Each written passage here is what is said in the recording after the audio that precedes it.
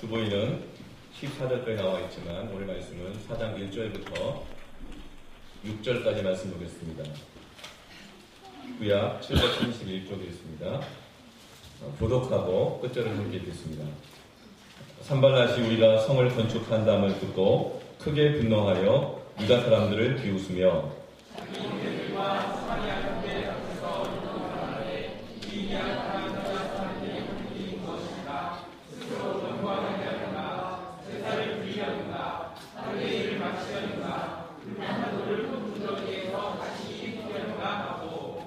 암몬 사람 도비아는 곁에 있다가 이르되 그들이 건축하는 돌 성벽은 여호가 올라가도 곧 무너지리라 하더라.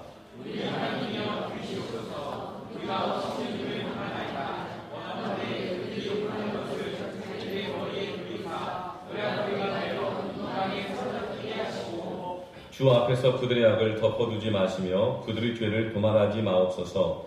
그들이 건축하는 자 앞에서 주를 노하시게 하였음이니이다 하고 이에 우리가 성을 건축하여 전부가 연결되고 높이가 절반에 이르렀으니 이는 백성이 마음을 들여 이를 하였음이니라.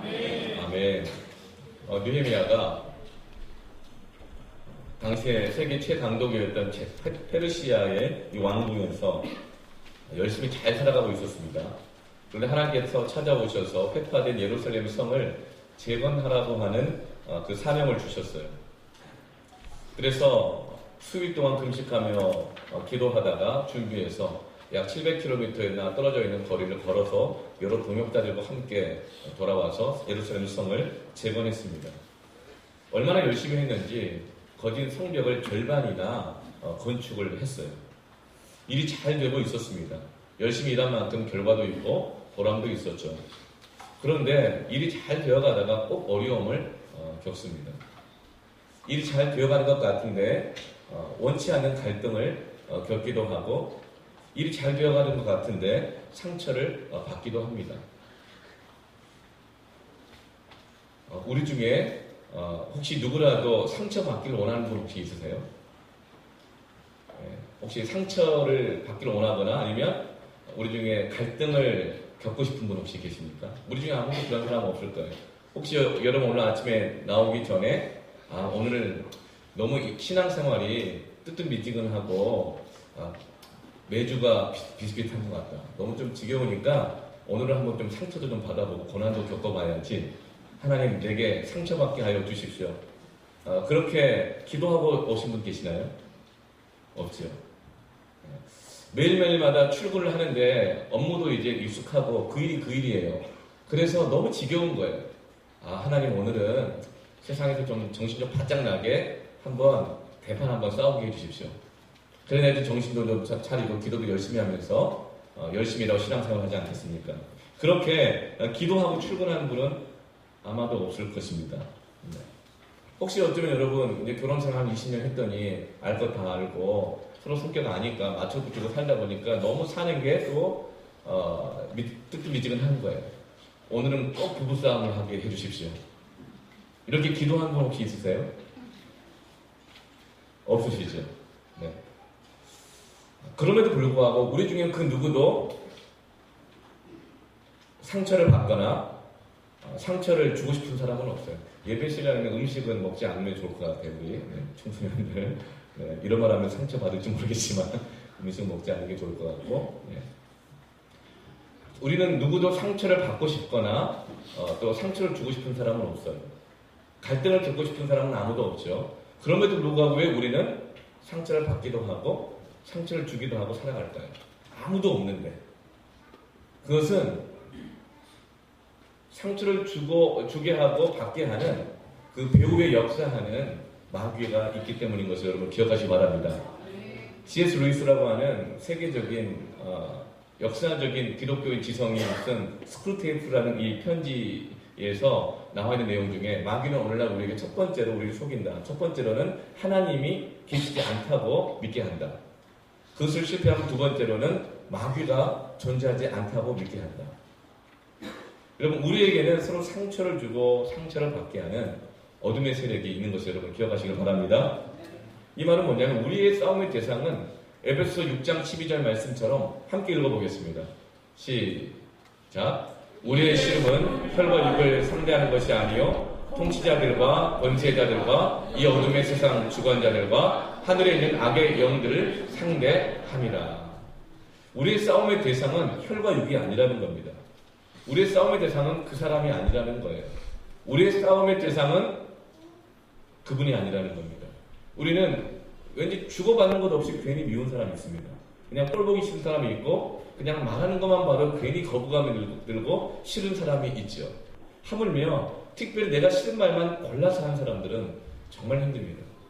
그래서 우리는 그 사람과 씨름하고 그 사람과 싸우고 갈등을 일으키죠. 그러나 성경은 이렇게 말합니다. 우리의 싸움은 혈과 육에 대한 싸움이 아니다. 그 사람과의 싸움이 아니라 그 사람으로 하여금 우리에게 상처를 주게 하고 꼭 골라서 내가 상처받는 말을 하게 만드는 그 배후에 마귀의 세력이 있다는 것을 기억하시길 바랍니다. 우리가 하나님 일을 잘 감당하려고 할 때 다 박수 쳐주지 않죠. 늘 칭찬만 받는 것이 아니고 갈등을 겪기도 하고 상처를 당하기도 합니다. 그럴 때 우리가 어떻게 영적으로 대응해야 할 것인가? 오늘 말씀 가운데서 이 교훈을 깨닫기를 주님의 이름으로 축원합니다.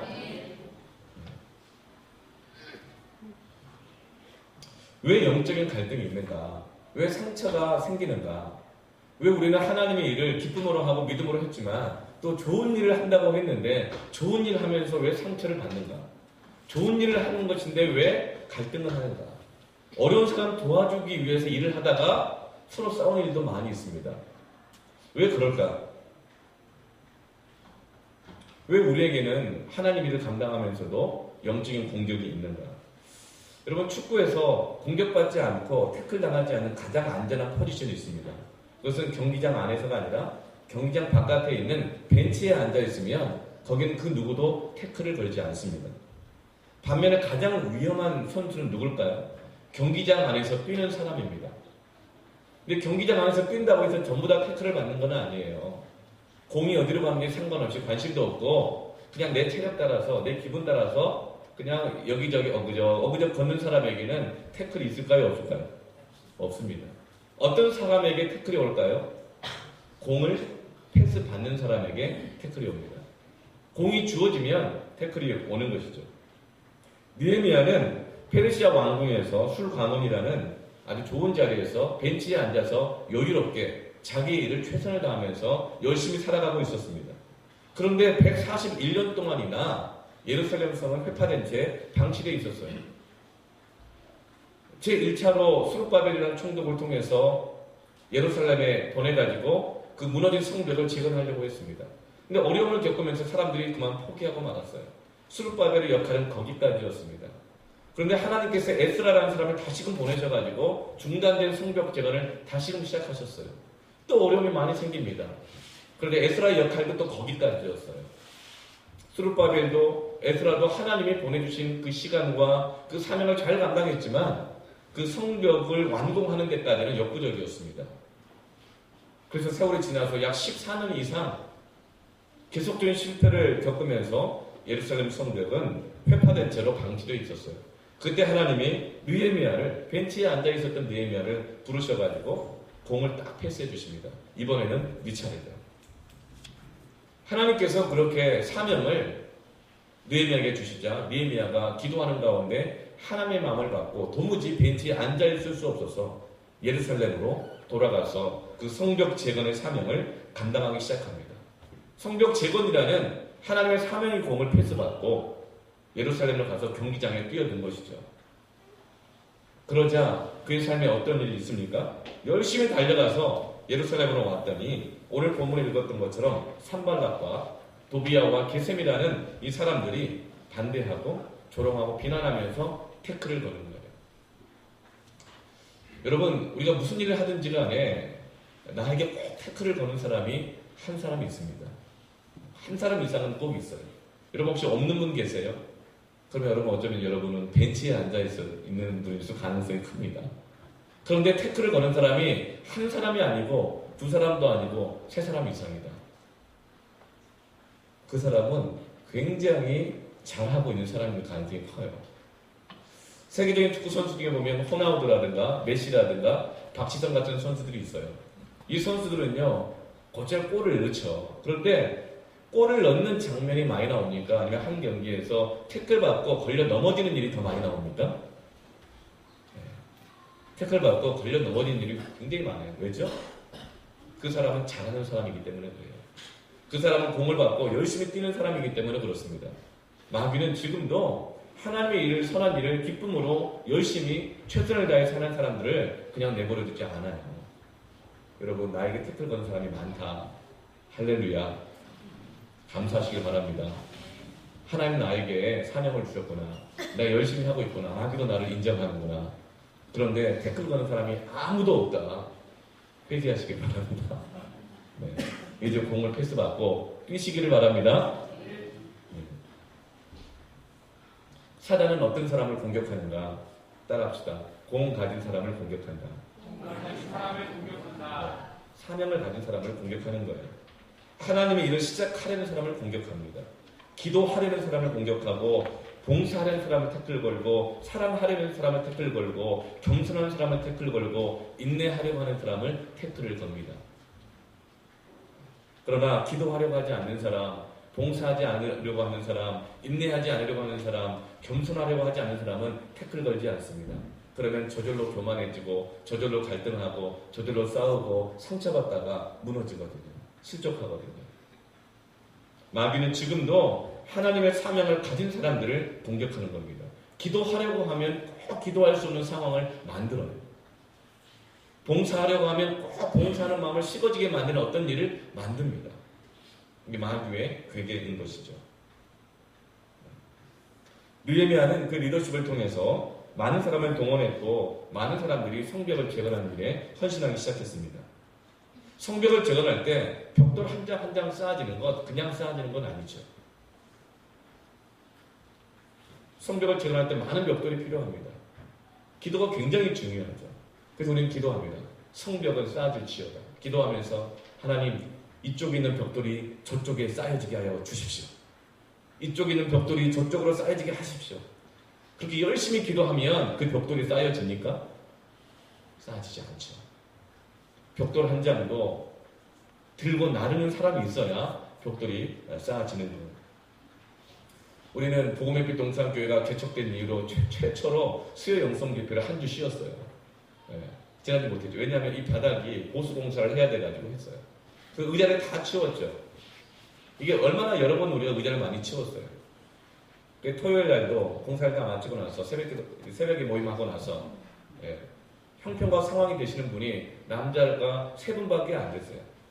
그 3분이서 하나님 주시는 그 놀라운 능력을 가지고 이 모든 의자를 다 치우고 정리하고 청소하고 다 했어요. 할렐루야. 여러분, 하나님의 일은요, 의자를 직접 들고 나르지 않으면 안 됩니다. 어제만이 아니죠. 매주마다 와서 청소하는 분들이 계십니다.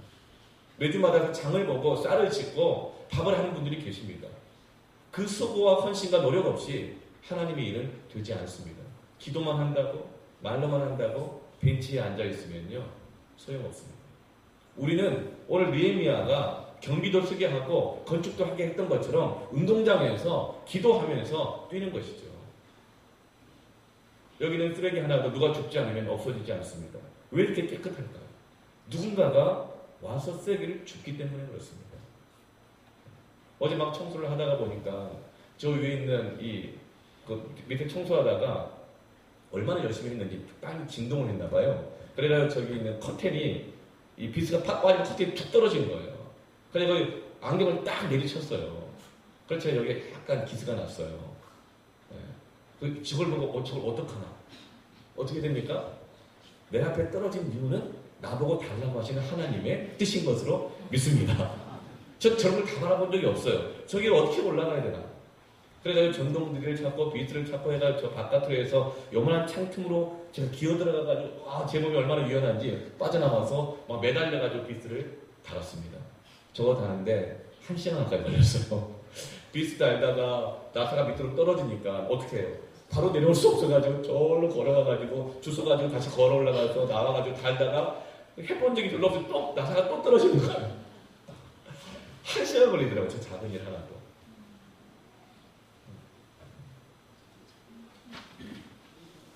여러분, 직접 섬길 때 하나님의 일이 이루어지는 것을 믿습니다. 그런데 이 어려움들이 있다는 것이죠. 저희가 이사를, 하나님 인도하시는 이사를 왔잖아요. 이사를 왔는데 오래 살던 집이고 늘 전세 살던 집 분들만 사셨기 때문에 자기 집 아니면 관리를 잘 안 하죠. 그게 장판이며 막 여기에 찢어져 있고 벽지도 뭐 하여튼 사자가 막 핥히고 왔는지 벽지 여기저기 막 뜯겨져 있어요. 그리고 또 이 뭐 결로가 생겨서 곰팡이가 막 방 이쪽에 꽉 차 있고 그래요. 이걸 어떻게 할까 하다가 이제 직접 하기로 했어요. 또 저희가 교회를 건축하고 1년 동안 지켜본 게 있으니까 어깨동무로 본 게 있으니까 할 수 있겠다 싶어가지고 직접 하기로 했어요. 제가 아니라 그분이. 저는 목회하느라 바쁘기 때문에 저는 할 엄두도 안 나고 그분이 하기로 했다는 거예요. 그래서 제가 그분에게 용기도 많다고 어떻게 직접 하려고 그러냐고 자기가 하겠대요. 인터넷 뒤져가면서 곰팡이 없애는 거 그리고 단열되는 페인트 칠하는 것부터 해가지고 장판 까는 거 페인트 칠하는 거 하고 해가지고 막 직영으로 하여튼 이렇게 내부공사를 이렇게 근데 방 하나 하는데 한 달 걸렸습니다. 어제 방 하나 끝냈어요. 어제.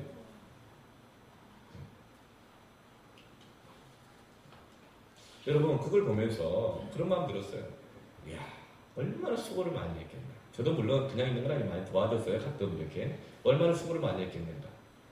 이 예배당이 이렇게 지어지기까지 지금까지 수룹바벨 같은 사람, 에스라 같은 사람, 니에미야 같은 사람, 3장에 기록된 수많은 사람들을 통해서 얼마나 이들이 수고를 많이 했겠는가.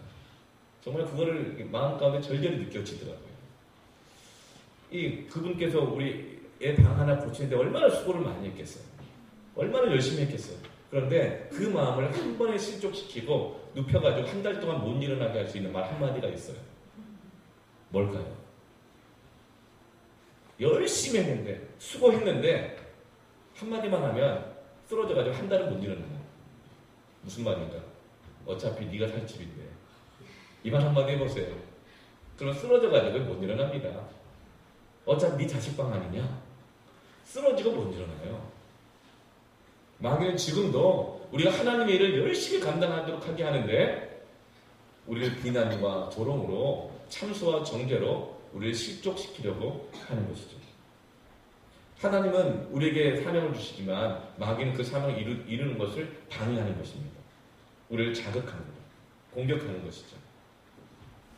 우리가 하나님의 일을 열심히 감당하고 좋은 일을 감당하려고 할 때 우리가 실족하지 않을 수 있는 비결이 하나 있습니다. 한번 따라해 보시겠습니다. 내일은 당연하게 여기고 남의 일은 당연한 것을 당연히 여기지 말라. 이게 굉장히 중요해요. 제가 목사라고 해서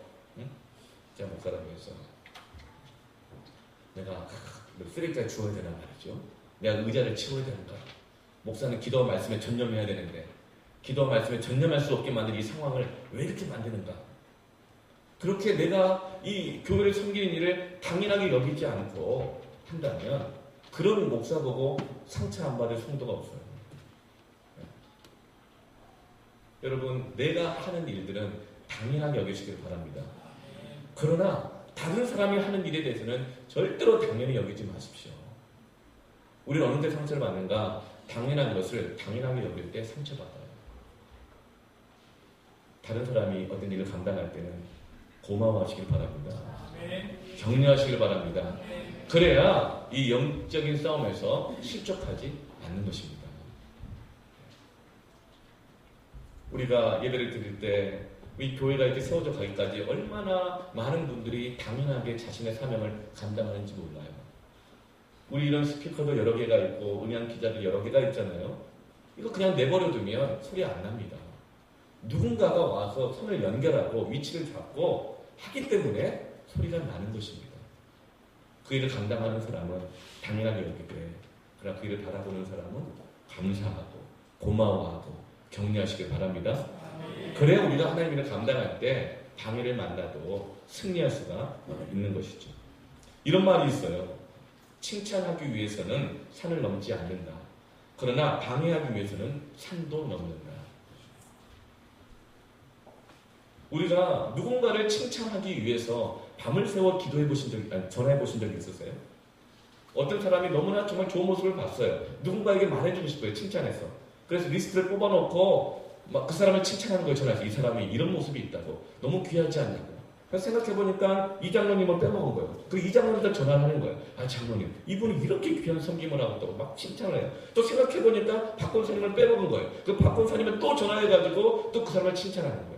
그렇게 칭찬하고 칭찬하면서 전화 릴레이를 하다 보니까 밥을 꼬딱 세우신 분 계세요. 그런데 우리는 원통한 일, 억울한 일 막 겪으면요. 밤을 새워서라도 이 사람 그 사람 전화를 돌려가면서 억울함을 얘기하고 그 사람 비난하고 막 정죄하고 막 그래요. 그게 바로 우리가 칭찬하기 위해서는 산을 넘지 않아도 방해하기 위해서는 산도 넘는다. 이런 말이 있어요. 우리가 누군가를 격려하기 위해서 금식하며 기도하는 분 혹시 계세요? 아무리 봐도 내가 그 사람의 좋은 점을 모르겠어요. 그래서 주여, 내가 금식하오니 내 눈을 여셔서 이 영혼의 존귀함을 발견할 수 있도록 해주십시오. 금식하며 기도하면서까지 그 사람을 격려하고 칭찬하기 위해서 애쓰는 분이 있는가? 아니에요. 우리는 내가 원통하고 억울하고 조금만 손해보면 밥도 안 넘어가고 도저히 못 살겠다. 금식하며 기도할지는 몰라도 그럼 우리가 사람을 격려하는 데 수고하기를 바랍니다. 방해하고 비난하는 데 수고하지 말고 격려하고 세우는 데 수고하시기를 바랍니다. 방해를 만날 때 이것이 바로 영적인 대응입니다. 느헤미야는 그가 모든 좋은 자리 다 내려놓고 와서 성벽을 재건하지만 와서 만난 것은 좋은 소리가 아니었어요. 박수가 아니었어요. 산발라가 도비아와 게셈이라는 사람들이 때로 달려들어서 비난하고 조롱하고 정죄했습니다. 그때 느헤미야가 어떻게 영적으로 대응하는지를 오늘 말씀을 보여주고 있죠. 1절 말씀을 보면 산발랏이 우리가 성을 건축한다음을 듣고 크게 분노했다고 나와 있습니다. 그리고 나서 유다 사람들을 비웃고 조롱합니다. 산발랏은 당시에 사마리아 성을 다스리고 있었던 한 사람으로서 신분과 체면이 있기 때문에 겉으로는 크게 분노하지 않습니다. 크게 분노했다는 건 그 마음속에 크게 분노가 일어나는데 그 분노를 어떻게 표현했는가? 다른 사람을 비난하고 조롱함으로써 그 분노를 표현했다는 거예요. 산발랏이 과연 누구기에 이렇게 거품을 불고 느헤미야를 비난하는가? 왜 쌍심지를 펴고 예루살렘 성을 재건하는 것을 반대하는가? 산발랏은 원래 이스라엘 사람이 아닙니다. 예루살렘 사람도 아니고 원래 페르시아에서 살던 사람인데 이스라엘을 페르시아화 만들기 위해서 페르시아 왕이 호론 사람 산발랏을 당시에 예루살렘 성이 수도였지만 이 사마리아 성에다가 보내서 사마리아 성의 유력자가 되게 만들고 그것을 다스리게 만들었어요. 왜 그랬는가 하면 이스라엘의 이 정신적인 중심은 예루살렘이었거든요. 그래서 이스라엘을 이 정체성을 흐트러뜨리려면 늘 그 경쟁 상대였던 이 사마리아를 키우는 것이 이스라엘을 무력하게 만드는 방법이었어요. 그래서 페르시아 사람이었던 이 산발랏을 사마리아에 보내서 사마리아를 잘 키우도록 만든 것입니다. 그런데 느헤미야가 돌아와서 다시금 이스라엘 수도인 예루살렘을 재건축하니까 예루살렘이 다시금 회복되어지면 이스라엘의 정체성이 살아나면서 지금까지 내가 기득권을 가져왔던 이 사마리아의 영향력이 약해질 것이라는 생각 때문에 왜 굴러온 돌이 박힌 돌을 빼나? 내가 지금까지 사마리아 와서 얼마나 수고를 많이 했는데 네가 와가지고 나의 기득권을 잃어버리게 만드는가? 그래서 그 마음속에 분노가 일어나는 거예요. 그래서 이제 이 느헤미야를 비난하고 조롱함으로 그 일을 하지 못하도록 막으려고 했던 것입니다. 여러분, 갈등과 상처는 어떤 관계에서 있는가? 그것은 반드시 경쟁 관계에서 생깁니다. 갈등은 경쟁할 때만 생겨요. 상처도 경쟁할 때만 생깁니다. 누가 더 기여를 많이 했는가? 누가 더 높은가? 누가 더 낮은가? 누가 더 높으냐? 낮으냐? 경쟁하는 관계 속에서 갈등이 생기는 것입니다. 제가 이 결혼을 할 때, 당시에 제가 전도사 때 결혼을 했는데 벌써 18회가 지났네요. 결혼할 때 어떤 선배가 저를 찾아와서 이렇게 얘기를 하시더라고요. 나 전도사, 결혼은 현실이야. 그러니까 자네가 전도사긴 하지만 따라합시다. 초장에 잡어. 이 조언을 해주시더라고요. 저는 굉장히 당황해서 초장에 잡으라는 거예요. 3살 고는 8까지 간다고 지금 잡아야지. 안 그러면 자네 끝까지 끌려가네. 자네가 가정의 머리니까 초장에 잡아. 이렇게 말을 합니다. 여러분, 초장에 잡으려다가 경쟁관계가 돼가지고 신혼여행 가서 이혼하는 경우가 허다해요. 왜죠? 갈등은 경쟁관계가 되면 생기기 때문에 그렇습니다. 상처도 경쟁관계가 되면 생기는 거예요. 주도권을 잡으려고 하면 거기에서 갈등과 상처가 생기는 겁니다. 요즘은 또 여성 상위 시대라고 그러잖아요. 결혼을 앞둔 여성에게 어떤 분이 와서 이렇게 얘기를 해요. 초장에 잡으라고. 그 초장에 잡으려고 그래요. 그럼 남자가 또 가만히 있나요? 그럼 남자한테 뭐라고 말합니까? 여자하고 명태는 두들길수록 부드러워져. 또 그 말 듣는 여자가 가만히 있나요? 남자와 멸치는 볶을수록 고소한 거야. 또 그러면 그 말 듣는 남자도 가만히 있나요? 개구리하고 여자는 뛰기 전에 밟아.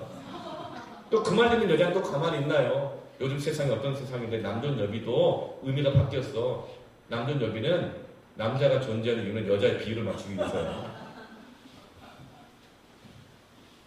여러분, 갈등 관계 속에, 이 경쟁 관계 속에서 갈등이 생기는 겁니다. 그 안에 상처가 생기는 겁니다. 여러분, 따라합시다. 다시 한번 따라합시다. 이런 갈등 상황, 상처를 주고받게 하려는 마귀의 괴계가 역사하는 이 상황이 있으면 우리가 어떻게 반응해야 되는가? 다시 한번 따라하십시오. 이게 정말 중요해요. 내가 하는 일은 당연한 것을 당연하게 여기고, 남이 하는 일은 당연한 것도 당연하게 여기지 마라. 그래야 우리가 실족하지 않는 것입니다. 꼭 기억하시기 바랍니다. 이것이 바로 갈등이 생길 때, 방해를 받을 때 우리가 감당해야 될 영적인 대응인 것입니다. 마귀는 우리의 늘 주도권을 싸움하게 합니다. 경쟁 관계가 되게 합니다. 산발락과 도비아와 게셈이 이렇게 분노하며 속으로 조롱하고 반대했습니다. 왜 그렇게 했을까요? 그래서 첫 번째는요, 화나게 하려고 했어요. 마귀는 우리에게 화나게 하려 함으로 하나님의 일을 중단하게 합니다.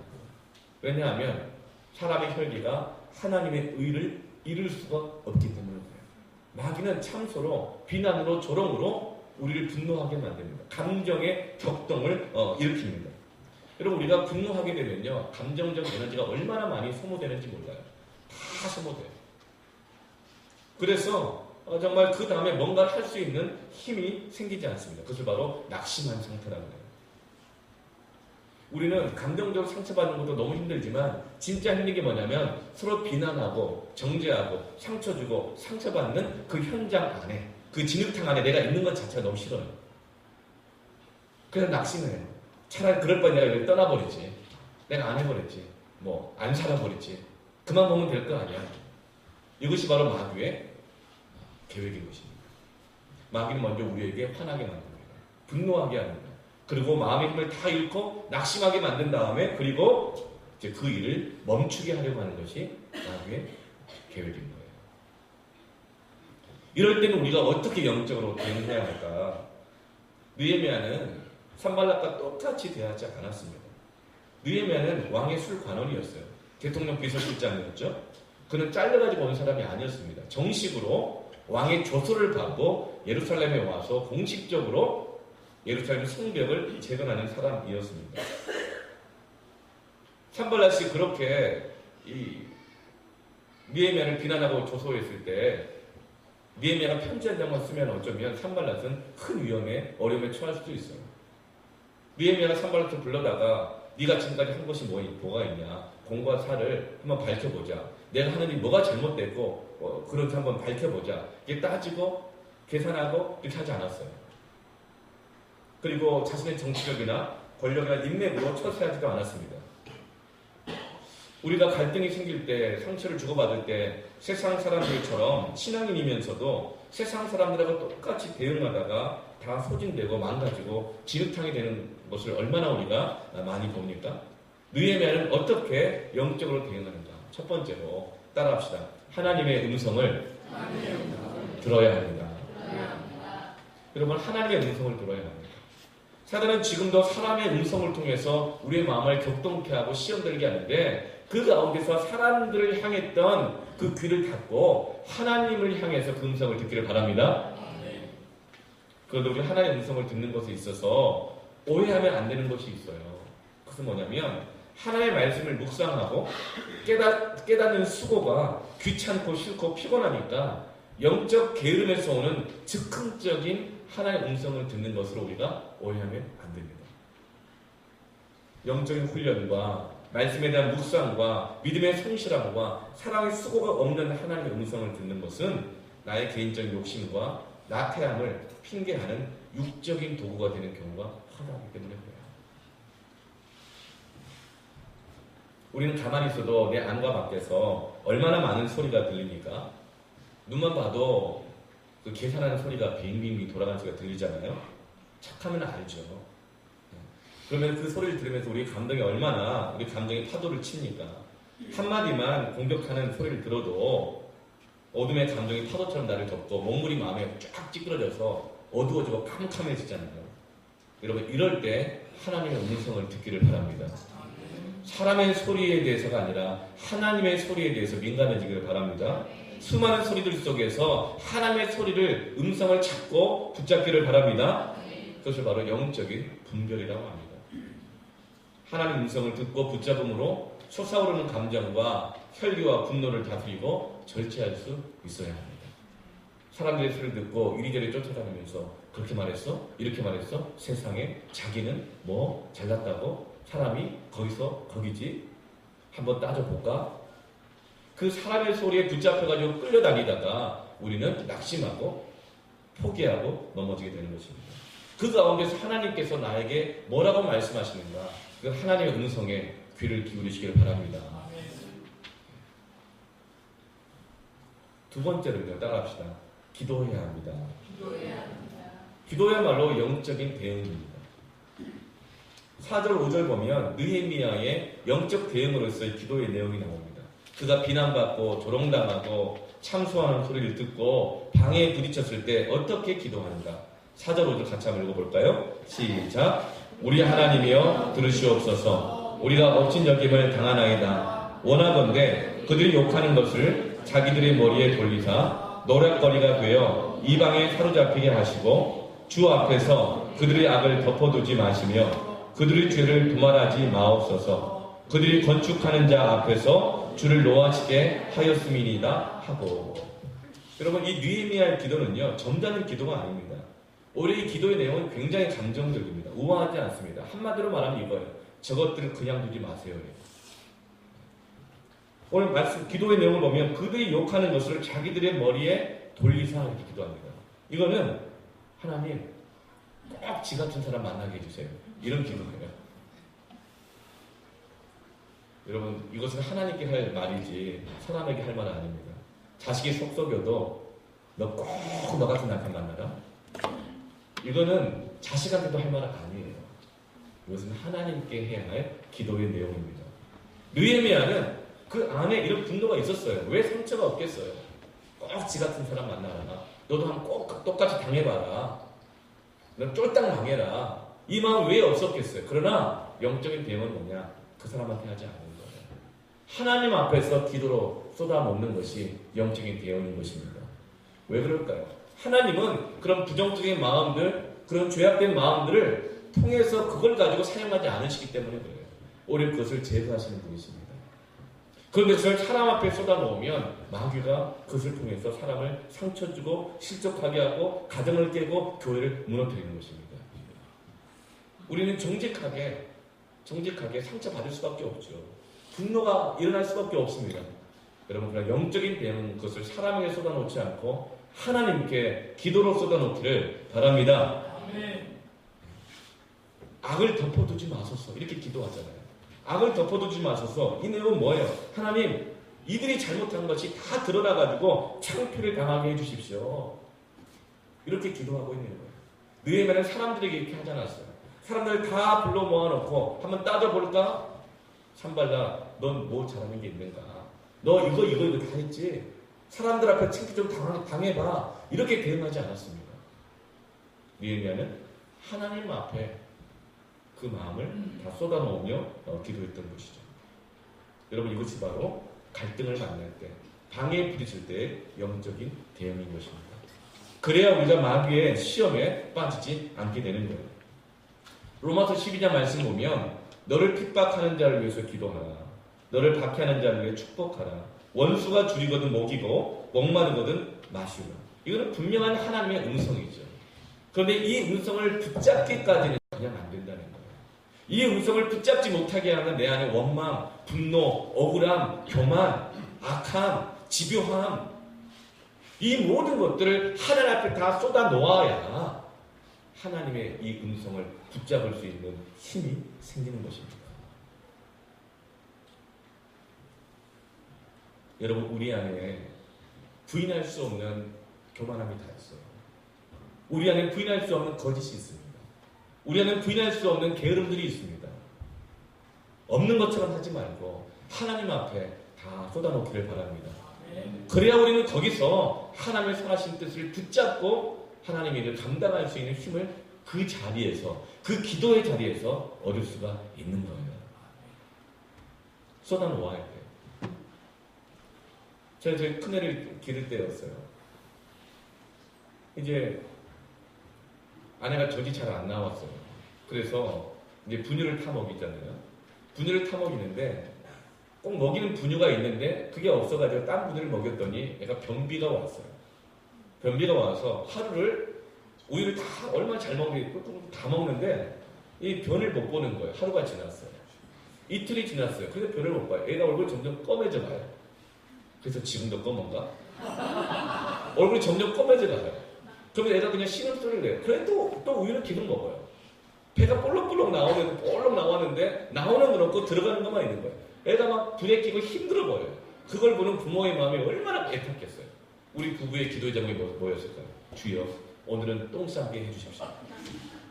기도했어요. 책을 읽어보니까 3일 이상 가면 관장을 해야 되고, 그래도 안 되면 똥독이 올라서 애가 생명 위협할 수도 있다는 거, 위협할 수도 있다는 거예요. 그 말을 들으니까 너무 막 이렇게 막 애 같으면 더 기도가 되고, 근데 그 어린 그 신생아를 어떻게 그냥 관장을 시키는가, 막 기도를 했어요. 그래도 안 나오고 5일째가 돼도 얘가 안 나오는 거예요. 전화해가지고, 여보, 장모님 우리 성재가 응가를 했나요? 아니. 그러면 주여, 또 기도하는 거, 주여 열릴지어다, 뚫릴지어다, 나올지어다. 그래도 안 나와요. 5일째가 내 집에 왔는데, 여보, 오늘 내가 쌌나? 안 쌌대. 어떡하나? 기도가 부족한가? 안 되는데 병원 가서 관장을 해야겠네. 그러면서 밥 먹으면서 기도했어요. 주여, 나오게 해주십시오. 밥 앞에서 똥 나오게 해달라고 기도하는 거는요, 사람 없이는 못해요. 기도 딱 맞췄는데 갑자기 어디서 피식 소리가 나는데 아주 무거운 냄새가 확 들어져요. 그 순간 얼마나 기쁘고 감사했는지 할렐루야 그랬어요. 정말 부부가. 그래서 제가 애 달려가가지고 봤더니 갑자기 소리가 푸식 부두둑 퍽퍽 하는데 5일 동안 못 쌌던 똥이 막 터져나오기 시작하는데 이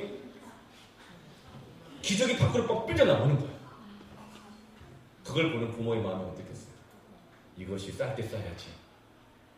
안 싸다가 싸니까 지저분한 꼴을 보고 막 이게 뭐야? 응? 그렇게 했을까요? 아니에요. 너무 기쁜 마음으로 기저귀를 벗기고 손에 똥이 다 묻는데 걷어내고 닦아내고 씻겨냈다고요. 왜 그럴까요? 그 안에 가득한 똥을 다 토해내지 않으면 내가 죽거든요. 여러분, 우리 안에 상처받고 갈등 주고받으면서 썩어지는 것들이 우리 안에 있어요. 감정이 상해요. 마음이 상해요. 분노가 일어나죠. 억울함이 일어나요. 근데 여러분, 그것을 담고 있지 마십시오. 담았다가 사람한테 쏟아놓지 마세요. 하나님께 쏟아놓기를 바랍니다. 그게 영적인 대응이에요. 그래야 삽니다. 지금 느헤미야는 그렇게 하고 있는 것이죠. 난 괜찮아. 내가 어떤 사람인데. 아닌 것처럼 하지 마시고 하나님 앞에 쏟아놓으시길 바랍니다. 하나님께 쏟아놓지 않으면 그것이 다 품으면 독이 되는 겁니다. 가시가 돋치는 것이죠. 그래서 지금 느헤미야는 비난과 조롱과 방해 앞에서 그 마음을 쏟아놓으며 기도하고 있는 것입니다. 이번 주 수요 영성 집회 때 나오셔서 여러분 마음을 쏟아놓고 기도하시길 바랍니다. 영적인 대응입니다. 어떤 분은 누가 내 기도 소리 들을까봐 소리에서 기도 안 하는 분이 계세요. 이렇게 입을 다물고도 기도하는 이 은사가 있는 거 있어요. 그거 옹알이 기도인지 하여튼 이렇게 복화술처럼 기도하는 거 있어요. 이렇게 이렇게 기도하는 건데 어디 가면 알 수 있냐면 저 네팔 가면요 그 불교에 가면 거기 기도하는 데 보면요, 이렇게 기도하는 데가 있거든요.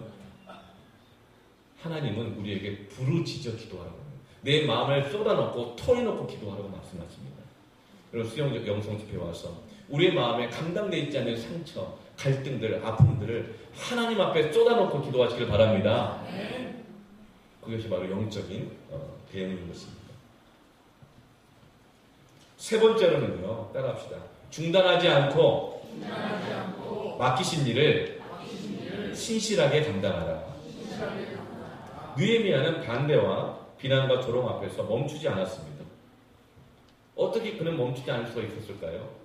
하나님 앞에 기도로 그의 마음을 쏟아 놓았기 때문에 멈추지 않을 수 있었던 것입니다. 느헤미야는 그 비난과 조롱 속에서도, 그 뒤숭숭한 분위기 속에서도, 복잡한 마음 속에서도 한순간도 쉬지 않고 하나님 주시는 그 사명을 놓지 않았던 것입니다. 이것이 바로 영적인 대응입니다. 마귀의 노림수는 바로 우리가 하나님의 일을 중단하도록 하게 하는 것이 마지막 목표인 것입니다. 사랑하는 성도 여러분, 우리를 넘어뜨리려고 하는 마귀와 대화하지 않으시기를 바랍니다. 하나님과 이야기하시고 하나님 앞에 쏟아놓으시고 주님의 음성을 듣기를 바랍니다. 내게 이 일을 맡기신 하나님께서 원하시는 대로 하나님이 멈추라고 말하지 않으셨다면 계속 감당하시기를 바랍니다. 은혜가 안 된다고, 도대체 그 은혜가 뭔지 모르겠어요. 은혜가 안 된다고, 그리고 내 마음이 그렇지 않다고, 상황이 그렇다고, 여러분 중단하지 말고, 상황이 힘들고 마음에 힘이 없고 은혜가 안 되는 것 같아도 하나님께서 원하시고 하나님이 멈추라고 하신 것이 아니라면 끝까지 감당하기를 바랍니다. 그것이 실족에서 영적인 대응으로 이기는 하나님의 방법인 것입니다. 여러분, 사명은 일만 사명이 아니에요. 사랑하는 것도 사명입니다. 하나님이 미워하라고 말하기 전에는 계속 사랑하시기를 바랍니다. 여러분, 동물하고 공 다루기가 얼마나 힘들어요. 그러나 여기저기 뭐가 난 사람, 모양이 다 다른 사람들을 끝까지 섬기고 사랑하는 것은 얼마나 더 힘든 일입니까? 상처 없이, 갈등 없이 감당할 수 있는 일이 아닌 것이죠. 그런 상처가 생기고 갈등이 생길 때마다 하나님의 음성을 들으시길 바랍니다. 하나님 앞에 기도하시기를 바랍니다. 그리고 하나님께서 말씀하시는 대로 중단하지 않고 끝까지 감당해 나가시길 바랍니다. 느헤미야가 그렇게 방해와 갈등과 상처 앞에서 이러한 영적 대응을 했을 때에 141년 동안 완성되지 않았던 예루살렘 성전, 실패를 반복하면서 여전히 14년 동안 방치되어 있던 그 성전을 52일 만에 완공하게 되는 것입니다.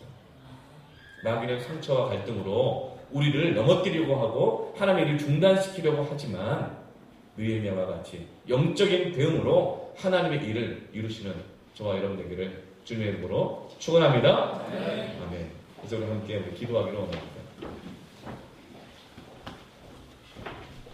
가슴에 한번 손을 얹고 기도합시다.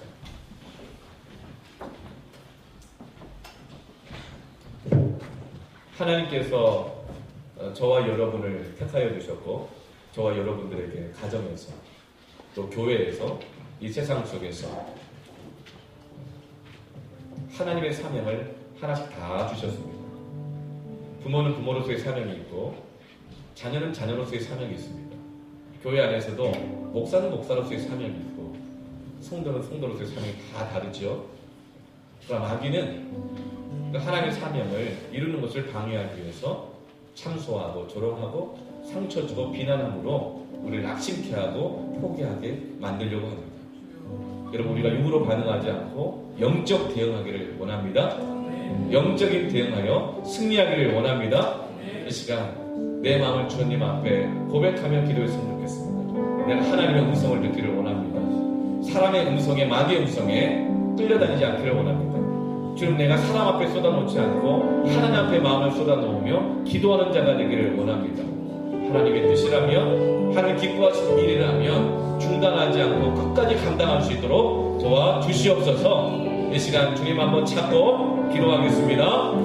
주여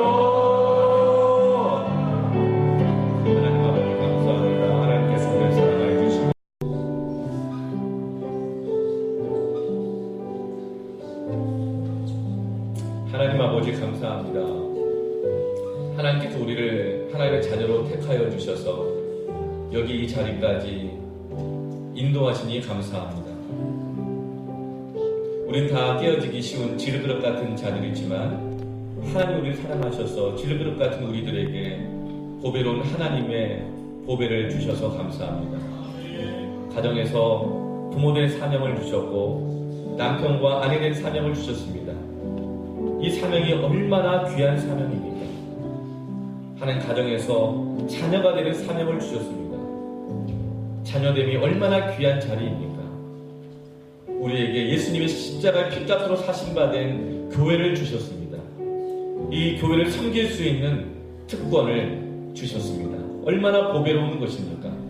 그러나 지금 마귀가 시기하고 질투하여 우리를 넘어뜨리려고 하며 가정을 깨려고 하고 교회를 넘어뜨리려고 하지만 우리가 하나님의 음성을 듣고 주의 음성을 붙잡음으로 마귀의 괴계를 분별하고 대적하여 실족하지 아니하고 가정에서 교회에서 하나님의 뜻을 이루게 하여 주시옵소서.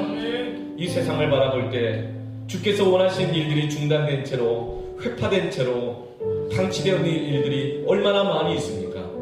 지금도 하나님이 구원하시기를 원하는 영혼들이 너무나도 많이 있고 회복되어야 될 가정들, 회복되어야 될 일들이, 영역들이 얼마나 많이 있습니까? 주여, 우리가 하나님의 음성을 듣고 기도하며 멈추지 않고 주의를 감당하여 방치된 하나님의 일을 세상 가운데서 이루는 성도가 되게 하여 주시옵소서. 예수님의 이름으로 기도합니다. 아멘. 여기 계시고 또 계시는 것 같은데 저기도 계시고 어디 계시죠? 네, 저기도 계시고 여기 계시는데 한번 우리 교회 전통은요 주는 건 없는데 주는 건 없는데 한 가지가 있어요. 뭐냐면 제가 직접 내려가서 여러분과 악수하고 인사하거든요. 그러니까 제가 여러분 부끄럽지 않도록 찬양도 해주시는데 한번 그 자리에서 한번 일어나실 때 우리 큰 박수로 한번 환영하도록 하겠습니다. 축복하겠습니다.